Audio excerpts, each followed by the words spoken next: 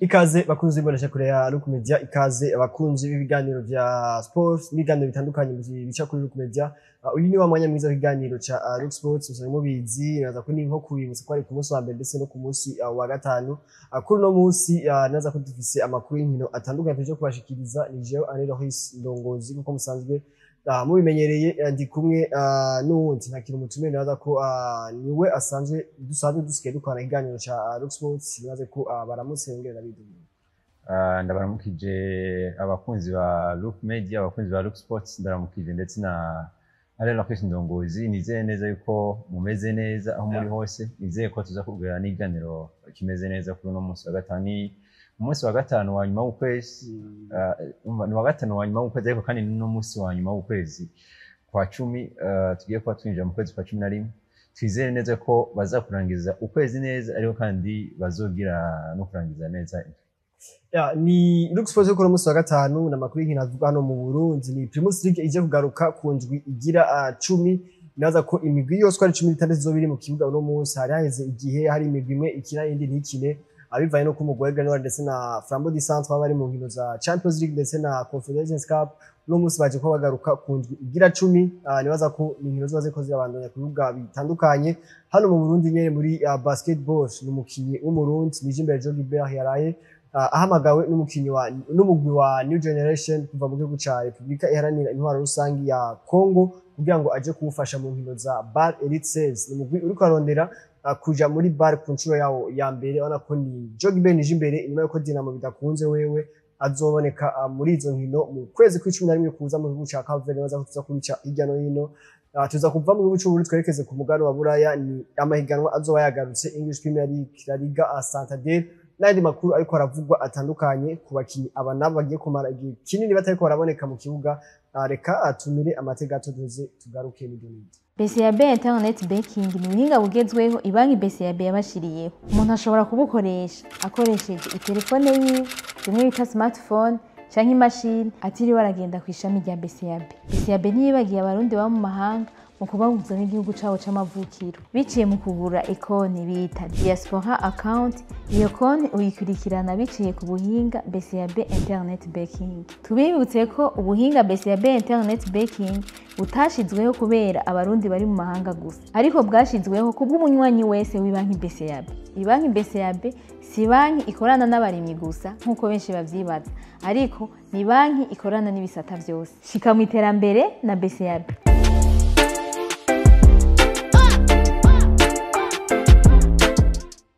Reka tugaruke, reka twinjire mu idonida, ariko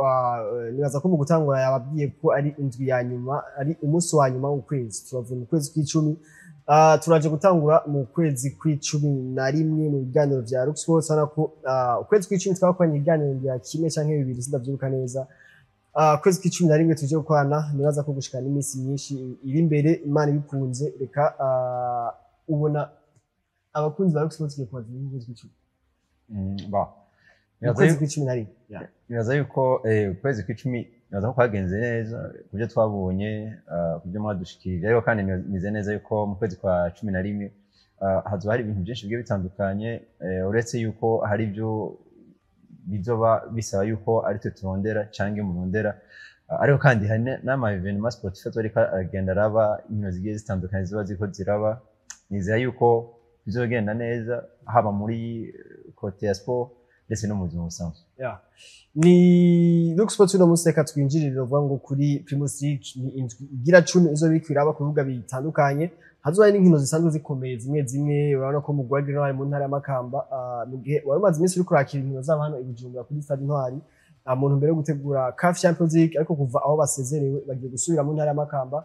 kuri Nkuruza Principal Complex Stadium. Bahashikira no ku rukino rutoroshe cyane, umukino zo bariko bakina n'umugwi wa Rukinzo. Urabona ko Grenouille no musi mu kibanza ca kabiri inyuma y'umugwi wa Vision. Uvuga ngo ni umwe ufite amanota 21, umugwi wa mbere, umugwi wa kabiri amanota 19. Ariko Grenouille bamaze gukina inkino ndwi, mu gihe Vision imaze gukina inkino zigera ku 9. Eske Grenouille nyuma yo gutakaza, nyuma yo kugwa muri CAF Champions League, tuyirindire ubona igiye kuzanishisha muri Primus League? Murakoze cyane. Nibaza yuko turavye urugendo mu rwa Grenouille aje kuba ugira muri zino nkino za CAF Champions League uno munsi ugiye kuba uhura no mu Rwarukinzo uno munsi mu kibanza ca kabiri nibaza yuko uri mu kibanza ciza cyane turavye amanota ufise tukaraba nayo uri imbere yabo afise maze kubivuga inkino ndwi amanota yari kuri 19 mu gihe babasumbya novuga amanota 3 yonyene uri mu kibanza ca mbere batsinze urukino rumwe deja baraza kuba bagiye kunganya amanota n'umugwa Vision uri mu kibanza ca mbere kandi turavye niveau yari kirakinira ko umugwa Aigle Noir uno munsi bakaba baramutse bazizanye uno munsi muri Primus League nibaza yuko twaza gusanga kuronka amanota 6 muri izo nkino zibiri biroroshe cyane ariko kandi no kuza kuba badepasa ko uno munsi bagatsinda runo rukino wagiye kuba no mu Rwarukinzo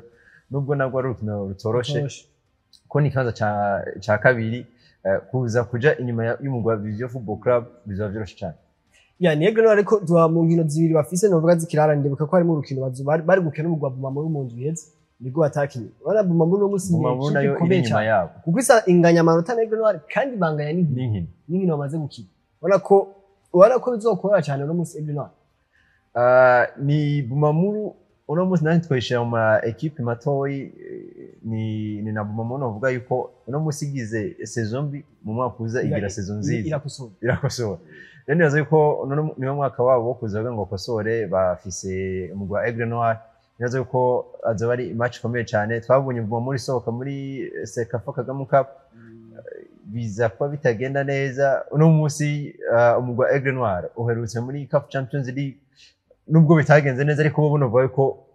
byo berekanye abantu barabishimye turavye umuntu ariko arakina turavye champion yiganwa ariko arakina rero nazo yuko azoba ari match meze neza ariko kandi na Bumamuru natwo kwitega no munsi muri Primus League iri nyuma ya Vision iri nyuma ya Vision n'umugwa Aigle Noir ariko ubona yuko baja kunganya n'umugwa wa Aigle Noir rero nazo yuko title race muri Primus League nazo kamaze gutangura turavye Vision ni equipe ikomeye turavye Aigle Noir ndetse n'umugwa Bumamuru Football Club ya uno musi ukora bari nta nkino zisa n'izikomeye zihari uno musi uravye nibaza ko urukino rusa n'urukomeye n'urugwa Aigle Noir ndetse n'umugwa Rukinzo ariko haro Flambeau du Centre izo biri kurakira umugwa Interstars bivuga ngo kandi bazobakira mu ntara Gitega kuri stade ngo ni Flambeau du Centre nanye n'umunsi bazokina inkino ndwi gusa bazokina inkino ndwi kandi isa amanota 16 niya isa amanota 16 uno musi ubona ko ino course au titre ni course ikomeye cyane kuko na Flambeau du Centre wavuze ngo turavye Aigle Noir inguvu ikuye muri CAF Champions League na Flambeau du Centre zobandanya uko yari sinzi yakina muri CAF Champions League yobandanya muri Primus League nibaza ko yoza idomina cyane ariko tuvuga ko na Flambeau du Centre inguvu ikuye muri CAF Confederations Cup yozizana muri Primus League umva nawe nyene ko ni ya title race no mwaka tushobora kwitega ibintu bikomeye cyane yego muga turavye n'umuntu azobagiye guhuragiye guha n'umugwa Interstars sinaza ko ni Interstars iza kuba ikangana iri no mu bibanza bitari vyiza en plus bazokinira n'Igitega bakigwe n'umugwa Flambeau du Centre imuhira Flambeau du Centre entre parenthèses ivanya gashavu muri CAF Confederations Cup nibaza yuko turavye urugero ino migwi wacu sinzi ko ari kwera ubushiruka bute bari ko baremerwa sinzi ko ari inguvu z'uburongozi zariko zirashigwamo ukuntu amarezita yaje kwaboneka ukuntu baje kwa bitwara muri zino nkino hamwe ariko byuza ko bibandanya muri Primus League nibaza yuko ino migwi ibiri umugwa Aigle Noir umugwa Flambeau du Centre zizoza kuba zigira etape irenze iyo bari basanzwe bariko muri Primus League ni Bumamuru nanye no musi naza ko ni course titre twayara mu bita nyinshi Bumamuru izoba iriko irakira umugwango City mu ntara c'ibitoke twari twavuze mu byandiro biheze Bumamuru ni equipe ifise avantage ikomeye cyane indi migwi idafise ko Bumamuru ni equipe mu c'ibitoke bivuga ngo imigwi yose Bumamuru imigwi myinshi muri Primus League no musi yakira inkino za mu c'ibitoke bivuga ngo Bumamuru nubwo yakira umugwi nubwo bayatembereye umugwi uwo mugwi usanga wakira mu c'ibitoke ikibiri wabo bivuga ngo muri match ndwi bamaze gukina uno mwaka muri Primus League zitandatu bazikiniye mu ntara c'ibitoke ku kibuga cyabo basanzwe bamenyereye umva ko ni avantage ibafise n'abakunzi babuze stade umva ko ni avantage ikomeye cyane ku mugwa Bumamuru mu bisanzwe ugiye kuraba Bumamuru naho iba yakiriwe kubera ko nimba tuvuze ngo Vitaro yakirira mu ntara c'ibitoke igiye kwakirwa kwakira umugwa wa Bumamuru mu gihe Bumamuru yoyo isanzwe ari mu ntara y'Ibitoke n'ubundi yakira mu ntara y'Ibitoke. Nibaza yuko ifite avantage nyinshi, no mu turafise Rukinzo, turafise Vitaro, turafise Burundi Sport Dynamique, izo zose ziza kuba zakirira mu ntara y'Ibitoke. Tukaba dushaka ko rero ni muhira iwabo umugwa wa Bumamuru Football Club, bivuga yuko iyo ifite avantage irenze. Kandi no mu tugabeje kuraba territories n'ibyo ntaraga ko twivuga wanashima na Faza riracari hafi, turacari kuri journée ya 10 turacasigaje inkino zigera kuri 5. Turabona umugwa Vision uri kuri niveau iri hejuru, turabona Aigle Noir ivanye niveau iri hejuru cyane muri CAF Champions League, turabona Flambeau du Centre, turabona umugwa Bumamuru, turabona kandi n'umugwa wa Musongati. Bon, yego ni yambi n'ubundi yaresanzwe iri kira domina, ariko nibaza yuko hariho udupwe utunaturiya umuntu agenda araraba bakavuga ati ino equipe turavye uko yari kiritwara haba muri zino nkino zaheze ziko ziraba, turabona yuko hari ikintu gishashishwa kuzana muri Primus League. Rero turavye Bumamuru nivyo intango iri kiragenda neza, gusohoka hanze ntibyagenze neza ku bwanje, byagenze nambere wanashima cyane. Muganirazo yuko muri Primus League iraza kuba itangwa challenge kuri Aigle Noir, kuri Vision ndetse no kuri Flambeau du Centre. Ariko ni naza kuno mwaka dufise titre course titre ikomeye cyane, course titre ikomeye hagati y'imigwi ine, ubona ko bigorana cyane kugira ngo utakaze amanota. Twavuze Aigle Noir, Flambeau du Centre, Bumamuru ndetse n'umugwa wa Vision. Vision n'umugwa atanga bavuga ati ni mushasha nturamenyera abakinyi ni, ariko nako ni equipe iri ikomeye cyane. Kuko bose baramaze gutsinda Flambeau, baramaze gutsinda umugwa Vitaro, baramaze gutsinda umugwa Musongati, baramaze gutsinda umugwa Messager Ngozi. Ubona ko ni equipe yerekanye ko ishobora gukonkiransa aba bitwa ngo n'abakambi muri champion. Kandi d'après uwitwa Jose Mourinho ngo yishaka gutwara igikombe utsinda akomeye, nawe nibaza ko ino equipe iracanye nshasha. Byose nuvuga ko ni bishasha, uburongozi n'ubushasha, staff ni nshasha, abakinyi bashasha. Nibaza yuko iri no muri championnat nivyo yari isanzwe hari iri kuri ndizina mu no musi tuvuga yuko ni nashasha muri championnat. No musi kona irongoye championnat deja ku ndwigira 9, nivyo harimo ama match atarakinwa ku zindi nkino no kandi ma equipe. Mugurana yuko kame ni equipe no musi tutari tuzi nko mwaka weze bari kukwaza ati Royal Vision bizogenda gute mu mwaka weze, nta muntu ari kuvuga yuko izo guchallenginga ayandi ma equipe muri title race. Mugurana no musabana yuko niyo kwanza bashaka kuza kwichallenge. Ko ni amakuru ariko avuga muri Primus League baje kugaruka ku ndwi igira 10 mu ntara y'Amakamba ku munsi wa gatandatu. Ni Aigle Noir zoba yakiriye umugwa Rukinzo, ni Kazana United igatwara zoba yakiriye umugwa Olympique Stars, ni Burundi Sport Dynamique izoba yakiriye umugwa Vision, ni Muzinga izoba yakiriye Vitaro, Flambeau du Centre izoba yakiriye Interstars mu ntara ya Gitega kuri Stade Ingoma. Garage Express izoba yakiriye umugwa Messager Ngozi, umwe mu mibiske ihagaze nabi cyane. Twari tuvugana ko n'umugwi wigeze kuba komeye, wigeze kuba utwara izi za Primus League byoroshe, uchallenginga top 3 imyaka myinshi. Ubwo no musana ko niveau iriko ino Messager Ngozi iratera ubwoba. Yaza yuko tuvuze kahise ka hafi muri Primus League, equipe ya Messager Ngozi nibaza yuko ni izina rikomeye cyane. No musi turabona itsindwa hato na hato byoroshe, nubwo yuko ugiye kuraba usanga kare twaranavuga ati iyo Ngozi City iragarutse muri Primus League, tugiye kuba tubona derby iryoshe cyane mu ntara ya Ngozi. No musabona yuko niveau ya Messager Ngozi yagiye kuri niveau yo hasi cyane gose. No musi ntituza kuba tuyarura muri ya migwi iza kuba challenginga za Aigle Noir, za Flambeau du Centre. Musi tushaka uno musi umuntu hasha turavye match 10 za mbere, umuntu hashaka kuyarura muri ya migwi igwanira kuba menshi muri Primus League. Yego cyane. Ni izindi nkino ni Beje Green Maze izoba iri kuyakina na Musongati, Bumamuru izoba yakiriye umugwa Ngozi City. Nabwo nyine naza ko zo rukino rwiza ko ni Ngozi City imisi ibaze imisi ihagaze neza cyane. Ni amakuru yako aravugwa muri Primus League, na amakuru yako aravugwa bazoba bari kunzwe igira 10. Reka tuve muri football, tuve umupira w'amaguru twerekeze muri basketball. Nibaza ko mwari mwumvise mu minsi iheze ko umugwa Dinamo ntabwo wemerewe kuja muri Road to Gate bivanye ku mvo izi n'izi zitandukanye. Abantu bavuga ati ibintu bije korora ugwaruka abakina basketball hano mu Burundi, ni ibintu bije gutuma abakinyi benshi babiheba ibi nibi, abapresident b'amaklub baheba ku investisa imvo izi n'izi. Ariko nibaza ko hari umukinyi umwe wo mu Burundi yaraye yerekanye ko byose bigishoboka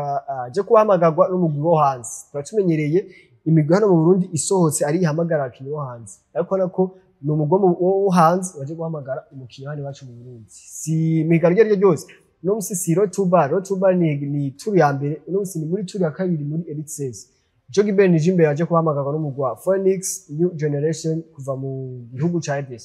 ariko ari iteka rikomeye cyane kuri Gibe no kuri basketball Burundi navuga ko bino ni ivyamwa by'igiti kiba cyatewe no musi tuba turabona yuko niveau ya basketball mu Burundi ni niveau ikomeye cyane mugabo hakaba izo nzitizi za hato na hato no musi Dinamo ntiyaserutse kumbure yiseruka ntitwari kubona Jogi Ben wenyene ariko araje gukina mugabo no musi umva ni chance nke zuko tubona umukinya ariko aje gusohoka Jogi Ben Jimbe naza ko amaze kuvyerekana kenshi amaze gukina muri kano karere ka Afrika y'ubuseruko naza ko afise izina muri gihugu ca muri RDC aramaze gukinayo mu gihugu cy'u Rwanda yarakinyeyo ndetse aranitwara neza muri Kongo yaritwaye neza naza ko ni nampamvu no musi baje kwamugarukana ari no mu bakinyi bake uno musi basoka bagiye gukina batari kumwe na equipe yo mu Burundi no musi naza ko aharubwa muri havuye Landry Ndikumana hakaza Jogi Ben naza yuko ni iteka rikomeye cyane ku Burundi bamwe bacabona akamaro kuko uno musi basketball y'u Burundi rikiratera imbere irikiraja hejuru naza ko n'uburongozi haba ku rwego rw'igihugu canke muri federation bakwiye gushiramo ingufu nyinshi cyane kugira ngo tuze turabona n'izindi ama equipe yo ngaha mu Burundi bacu naza guseruka hanze bwana tuze turabona no musi umukinyi umwe wenyene wagiye kukina bariko nibaza ko binakugura n'inzira iyo umaze kumukinyi ariko aritwara neza muri bar kandi uvuga ngo uronke iyo nzira yo kuja muri bar nuko na equipe iba yamaze gupushinga rero naza ko ni ikintu cyiza cyane kandi rwa Jogi Ben nibaza ko ni hano muri EAC hano muri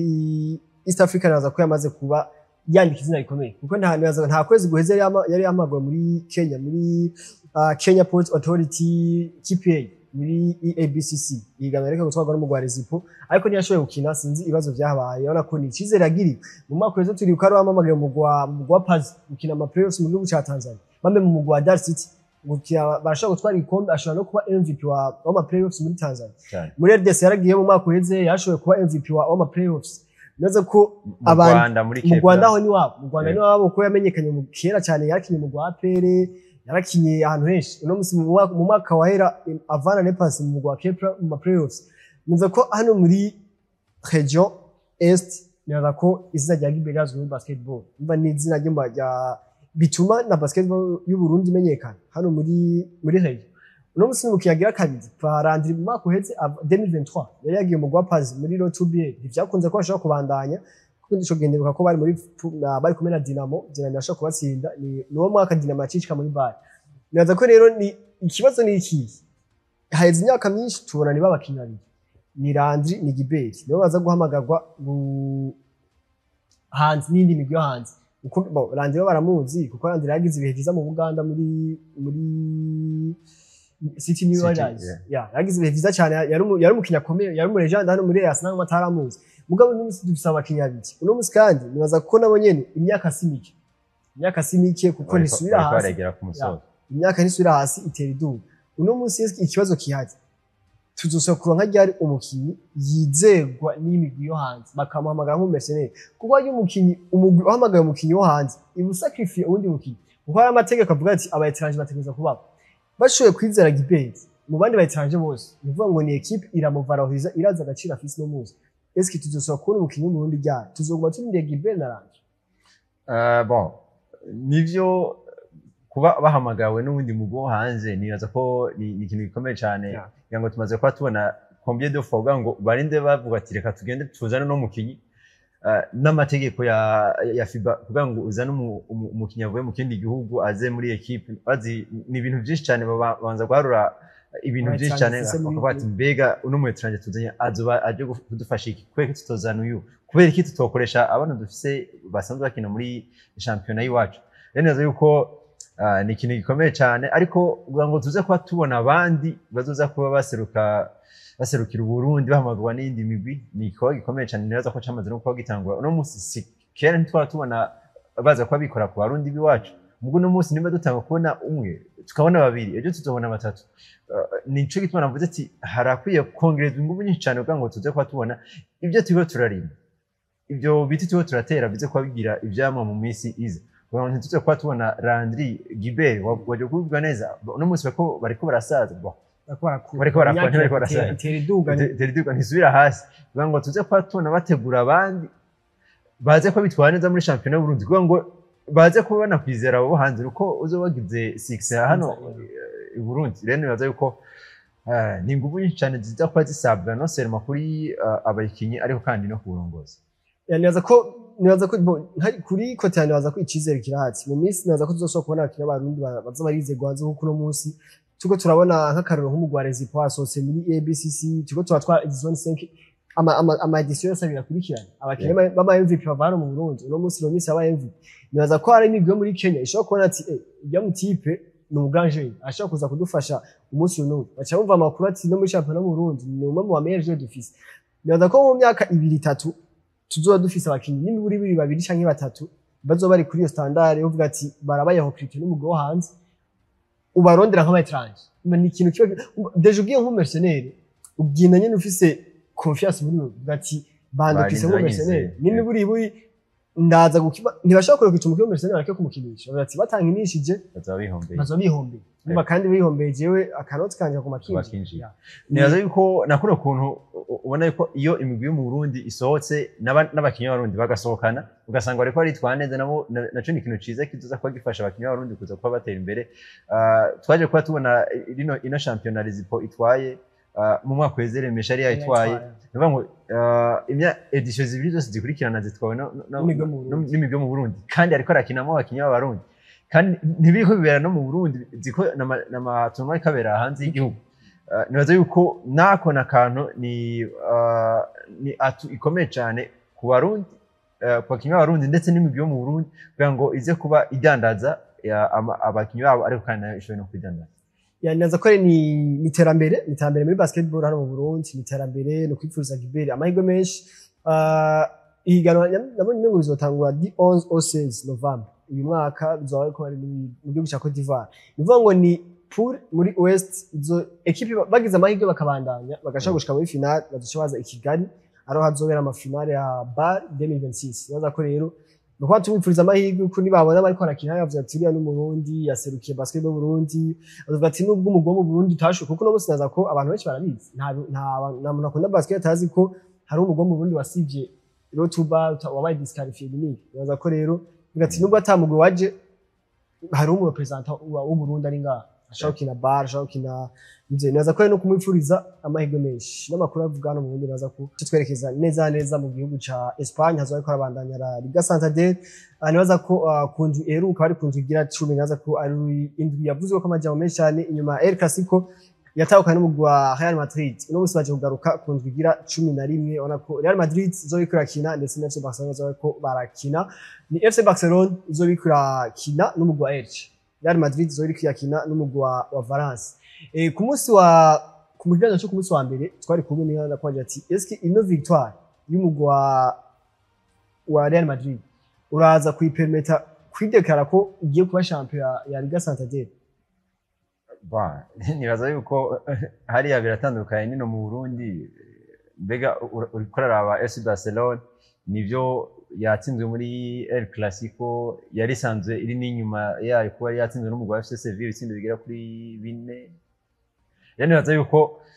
haracari kaga ngo tuze kwa tuvuga ayo majambo mugabo ko twibukanye yuko hakiri n'indi El Clasico yindi mu mwaka uza muri retour yani nibaza yuko ku ruhande rwanje Real Madrid umuvuduko iriko ni mwiza cyane FC Barcelona si mwiza ariko nazo ko title race ntiharaga ko twovuga ngo ni equipe ya Real Madrid ariko Barca nkamwe twoyanka match zitanu twaraba mbega iriki kina gute nivyo irashobora gutsinda mu tubona ko iriki ratsinda kugihamana nta bifadika iriki rakora kuno munsi nimba Real Madrid imaze kuba ije imbere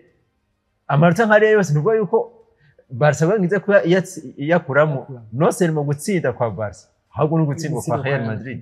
nazo ko ni ho ikomeye cyane kuri Hansi Flick. Ariko ni bondaza kuza kwishaka ko mu kanya kari imbere uno musini FC Barcelona ikagira ikibazo cy'imvune cyane ku bakinyi iske nibona ko bizoshaka kuyifrena gushaka kubandanya gushaka gutena muri no kuso titse imbere ya Real Madrid. Ikibazo cy'imvune ni ikibazo nibaza ko iminsi yose cyama kibloka ama equipe ngira ngo tumaze kwa tubibona nko muri Premier League mu bigiye bitandukanye Arsenal byari bibaye ko mu mwaka weze uno munsi ntihoza kuvuga ngo ndaza kugwana n'ayandi ma equipe muri course otite mu gihe ubona yuko ubunikishije umukinyi kanaka uza kumusubirira ntaza ko yitwara neza. Tore ubonye muri Premier League kuri Manchester City aho wasanga naho yagira ikibazo cy'imvune ntibyagaragara ntibanamenye ko n'ikibazo cy'imvune kiyari muri equipe. Ubwo uno munsi nimba tubona Barca Rafinha yagize ikibazo tukabona yuko haraboneka absence yiwe mu rukino kanaka biraza ko bifrena ko numwe mu bakinyi bakomeye. Uno munsi tukabona Pedri nibaza ko Pedri yaramaze match zigera kuri 50 zingahe atarukina na rumwe. Uno munsi nibaza ko tunaravye no hagati mu kibuga rana yuko akamaro kwitwa Pedri ntasubiriza. Arsenal igize ukwezi kw'icumi nibaza ko ni record muri Premier League. Umugukinye inkino zitandatu mu kwezi kumwe uzitsinda zose udatsinzwe igitsinda na kimwe. Hari unigeze avuga ati attaque igufasha gutsinda match, defense igufasha gutwara ibikombe. Muga sinzi ko ari iki. Zikora umuntu yigeze kwivuga uko nyene gusa ntituzi ko biri real cyangwa bitari real. Ino defense ya Arsenal ubona ko kandi nivyo birabe kuko muri Premier League ko baratsinda match nyinshi bikurikirana. Muga ugiye kora match batsinda ni kimwe ku busa ni bibiri kuri kimwe babiri ku busa byinshi bibiri ku busa. Sinibuka no habaye ko gutsinda 3 ku busa. Ni 1-0 ni birerekana ko ino defense ifatiye ikintu kimwe cyane muri Arsenal. Cyane naza ko Arsenal no musi ikintu kimwe to yarura ko ifise inyuma hameze neza cyane. Turavye abakinyi bayo aba defenseur ndetse wanashima tukaraba no mu gardien ko witwa David Ryan waza ko imyaka ibiri amaze muri Arsenal arerekana yuko ari mu gardien beza. Turavye ama save akora uno musi twaje ko tubona mu mwaka weze haba muri Champions League muri Premier League amaze n'imyaka ibiri aronka agashimwe ka Golden Glove byerekana yuko numwe mu gardien bameze neza. Uno musi ufise witwa William Saliba ufise witwa Gabriel Magalhaes ufise witwa Julian Timber yashitse agacashikira mu mvune ariko no musi bana yuko ari kuri niveau itebwo yo kubwo hejuru. Ufise witwa agapetika kamwe muri academy Lewis Kelly Calafiori afise option nyinshi cyane. Bari bafise n'uwitwa Ben White nuko yaje kuhagira imvune ana yuko antuka uno musi tugereje kuraba kurande rw'inyuma yaje kuba agira azana n'undi mukinyi mushasha yavuye wa Valence witwa Mosquera Christian Mosquera na yuko absence witwa William Saliba arashobora kubura tukabona ari mukinyi ameze neza cyane. Nibaza yuko mu Arsenal kono uno musize ino defense meze gutya biraza ko bafasha gutwara igikombe bon ubwara cyari kare ariko tukaraba mbega zino match zingahe ziheze muri Premier League muri Champions League baje kubona n'ubwo nka Atletico Madrid iravuye Emirates Stadium idatsinze igitino na kimwe. Muvuga yuko antuka defense y'umugwa Arsenal ibafatira runini cyane kandi igituma baza no kuba bavuga yuko ishobora no gutwara igikombe mbega abadversaire bayo bari kwitwara gute bari muri za forme zo kuza kuba concurrence. Turavye Liverpool nkiri mu byiza naje kuba mbona ngo uwitwa the Strand United yavuze ati Jenzo sa kwimosha ari uko United itwaye itsinze match zitanu zikurikira. Uri nawe yaje kuvuga ati Jenzo sa kwimosha ari uko Liverpool itsinze match imwe yonyine muri Liverpool muri Premier League murano Liverpool itsinze match imwe yonyine muri Premier League nzoca nimosha kandi uno munsi mushatsi maze kuba mwinshi cyane. Liverpool fise uno munsi amaze gukira inkino ndwi ziheruka batsinzwe match 6 muri 7 match nubwo batsinzemo match imwe gusa. Match 3 zikurikira abafise Aston Villa muri Premier League iwabo Villa Park ni kuri Anfield Road. Uno munsi Anfield Road si yindi yakira tuzi uno munsi iba irahakubitirwa byo bitagoranye cyane gose bitagoranye kandi Aston Villa si equipe yoroshe si equipe isanzwe ni equipe ikomeye cyane. Bavuye kuri Aston Villa bacakina muri Ligue des Champions n'umugwa Real Madrid. Bavuye Real Madrid bazacabaza Etihad Stadium bakena umugwa Manchester City. Babo ni izo nkino zitatu zikurikirana. Ubwo turashaka kubona umuntu n'undi kwimosha umushatsi byanze kabisa.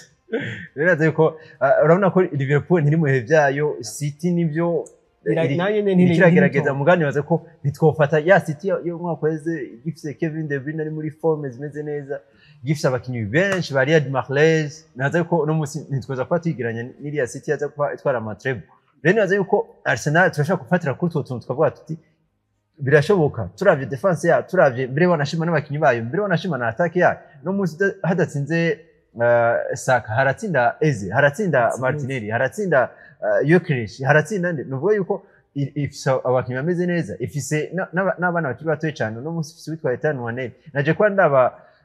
urukino bariko barakina na Brighton muri League Cup, ubona yuko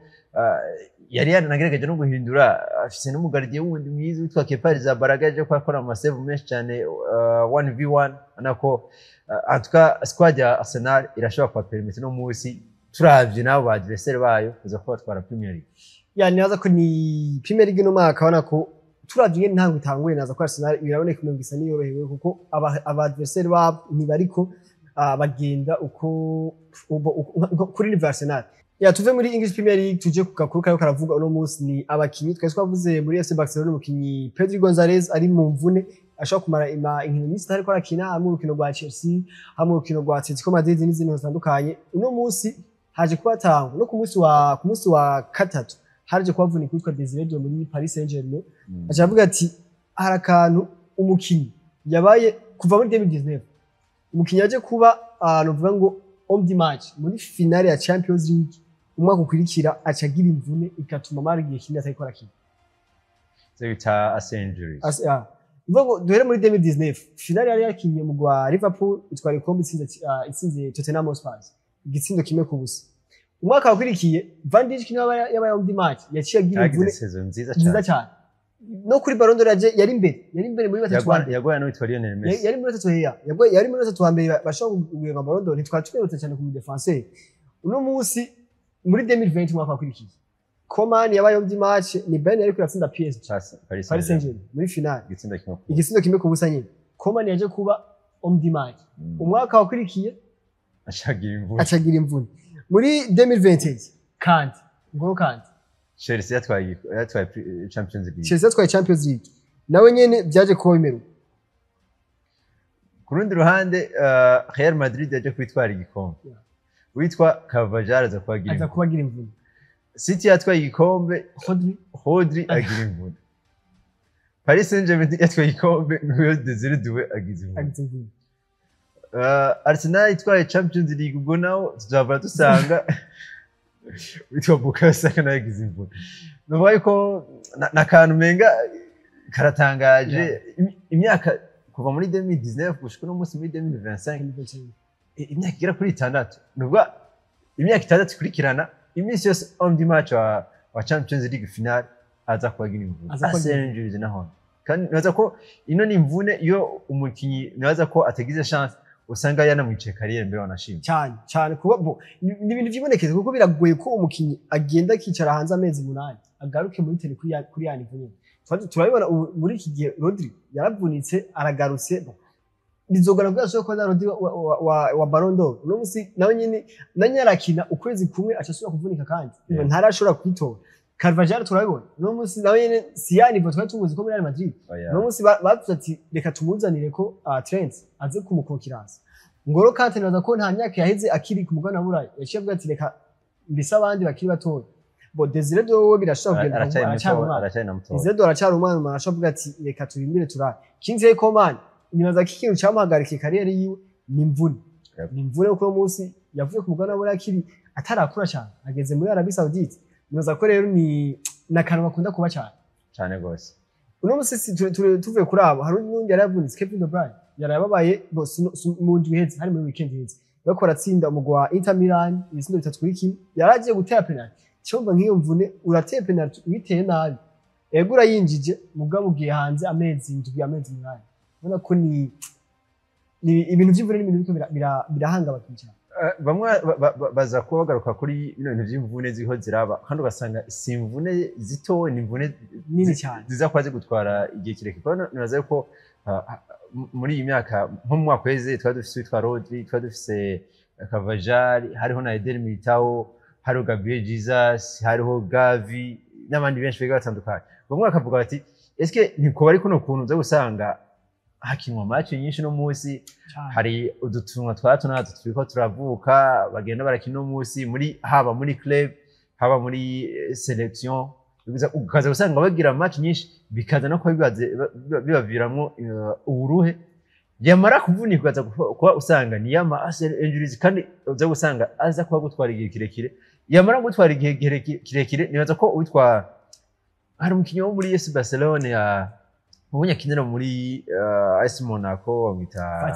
Asman Fati yari yaje umenga yari kuri niveau ya Lamine Yamal mbere wanashima ariko n'uwitwa Lionel Messi bakabona yuko umenga aje kuba abo mu remplacer wa Lionel Messi mugabo yaje kwagira imvune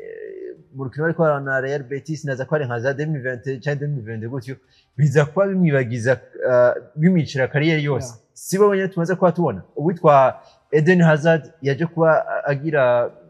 afata retraite ili force menga yabaye force kweli ibintu by'imvune twaje kwa tubona kwitwa Neymar Junior twaje kwa tubona ndetse no kuri Ousmane Dembele ni benshi ba Gareth Bale bana yuko iyo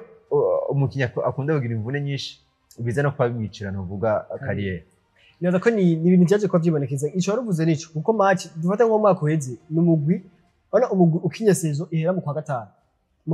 dufatira akaro mwaka uheze izo ihera mu kwa gatanu bivuga ngo mu kwindwi haca haba hari imigwi kiri kira Ligue des Nations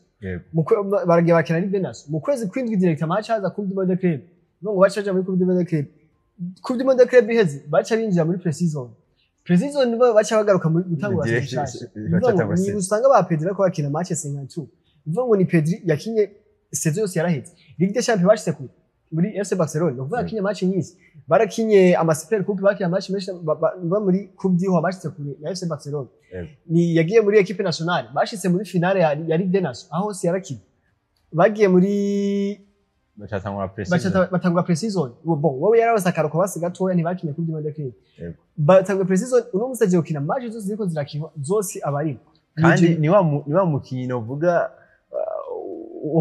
aza kuhafasha ekipe apana wa wundi tubona aragiyemwo nta kintu menshi bamwiteze ko ubona ko ni wa wundi akinisha abantu bose baraba niwo muntu ni element wa ekipe haba muri ekipe nationale haba no muri club cyane rwose yaza ko ivyo byo match menshi baje kubivuga twamse ba Jurgen Klopp ba Pep Guardiola bivuga ama match ni menshi ba Kevin De Bruyne yaje ko abigaruka uno musi sezizohera iheze bazoje bija muri mondial directement bivuga nta nimisi yo kuruka bazo bafise nk'uzokina finale ya Champions League wewe ni ndwi imwe gusa azoruhuka aca agenda muri equipe nationale azogenda ramukanye aca asubira muri equipe nationale Coupe du Monde izogera guhera bace bagaruka batangura pre-season bace baja muri champion ubwo ni akaruko ni gato sico kimwe bo Pep Guardiola akunda gutanga karori ati NBA bakina match nyinshi mugabo nabo bafite akaruko k'amezi agira kurande baraprofita umwanya 4 mois zikurikirana baruhutse batekanye bategura zikurikira nico gituma atari kubona muri football numva ni icyo cy'uburuhe nibaza ko ni rezo ya mbere ituma imvune zibagaya kuba nyinshi cyane gose neza ko nigano cyo twigarukiriza hano cyo kuri no munsi wa gatanu ndagushimiye nanje Loris Ndongozi ndashimira ko dukurikirana bose neza ko bagize ibihe byiza twagiranye ibihe byiza twipfurize amahoro amagara ndetse n'amafaranga kandi ndabashimire kuko tumaranye mu Rwanda mu kwihana ibiganiro bica kuri media bya sport canke ibindi bitandukanye naho utaha amubwire aho muba